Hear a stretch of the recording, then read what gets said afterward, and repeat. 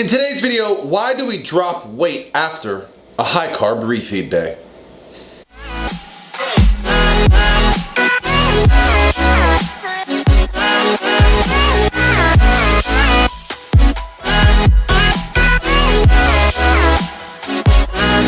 By myself.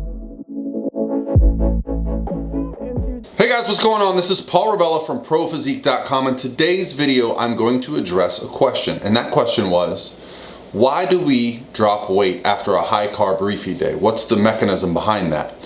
And if you're interested in this type of information, nutrition, training, how to better your physique, how to better your understanding of why things happen, well, please hit the subscribe button, because I love doing these videos. I love answering your questions, and today's question came from my Instagram direct message, which I'll put on the screen. So if you're not following along, I'll put the first link in the description box so you can go subscribe to my YouTube channel. You send me a direct message like the one here, and I'll put it on the screen, which basically just asks the question, why do we sometimes drop weight after a refeed? And this is a great question, because I remember my first contest prep season, I would often drop weight after a high carb day, and I often wondered the same thing. So I'm going to address that, and I'm going to give you 5 specific reasons why we might drop weight. But the first thing is that we should not expect to drop weight.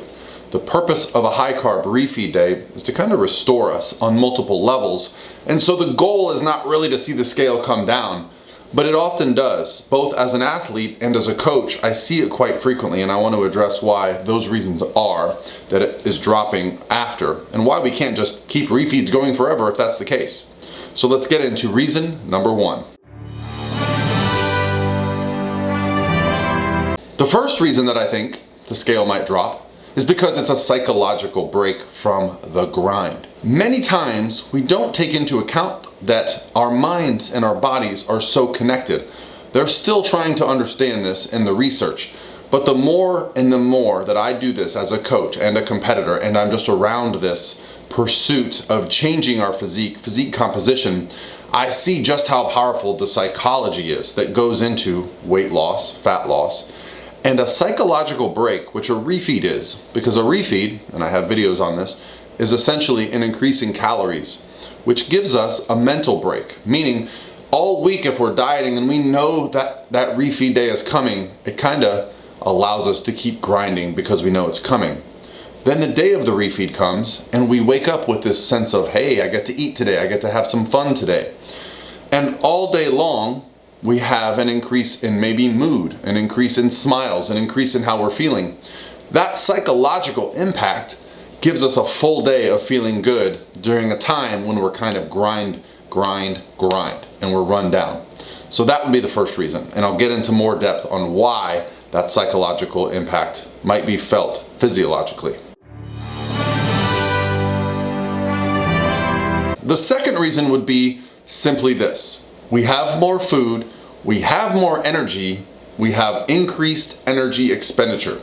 So a slight increase in calories picks up our mood. We might start doing things that we haven't been doing. Taking walks. For me, playing guitar. I notice I play a lot of guitar when I'm not on prep. When I'm in prep, don't have the energy. You don't really realize how much impact it has on your day when you're not moving around as much. These type of hand gestures are things that disappear when we're conserving energy. And that's what's happening to us when we're on a strict caloric deficit. You add in some calories for a refeed day, all of a sudden you're shucking and jiving, you're dancing around all day, maybe you're playing guitar, maybe you're playing ping pong, maybe someone says you want to go for a walk, you say yes, maybe you're taking the stairs, but that energy can have an impact on how many calories you burn throughout the day as a consequence of just feeling better. So that's reason number 2. When we eat low calories for an extended amount of time, our digestive system adapts to that. So by having a higher calorie day, it actually can improve digestion.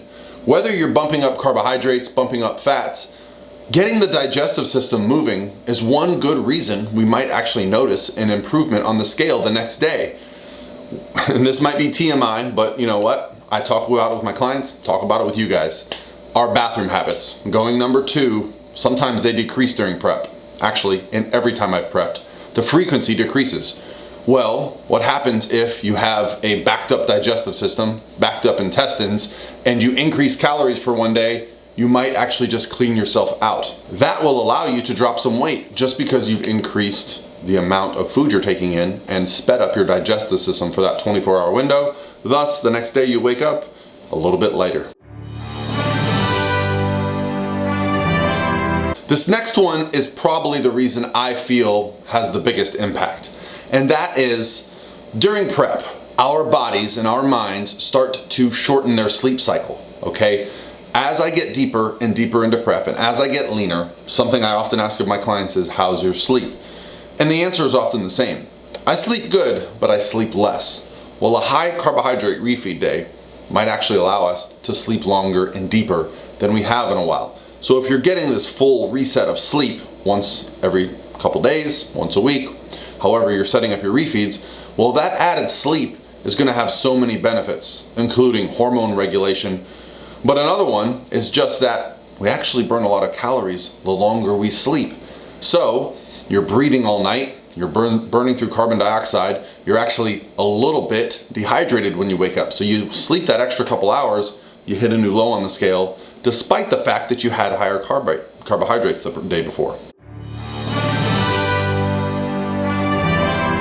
And the last one is really another reason that I think people don't think about. And this is how long it takes carbohydrates to get to our muscles. You see, it's not simply you ingest carbohydrates, they're instantaneously in your muscles stored with water. No, that process takes a while. Digestion has to happen. The stomach, the intestines, all the transportation. Now, once those carbohydrates get to the muscles, they are stored with water, and that water carries weight. So generally, there is going to be an increase on the scale following a refeed at some point, even if it's just back to baseline.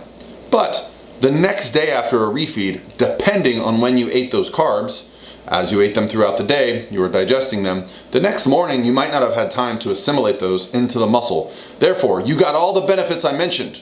Increased metabolism, increased sleep, increased mood, increased movement, but you haven't actually stored those carbohydrates in the muscle with the water, therefore bringing the weight back onto the scale or increasing it.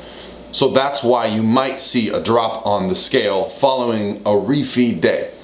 There are many other reasons. The body is so dynamic. So just understand that we're still learning about this process, but the real value as a coach for me is paying attention to the feedback I get from my body, my clients' bodies, and learning about the science that goes into the body, and just trying to put that into a single picture and do the best job I can as a coach for my clients based on that experience and knowledge.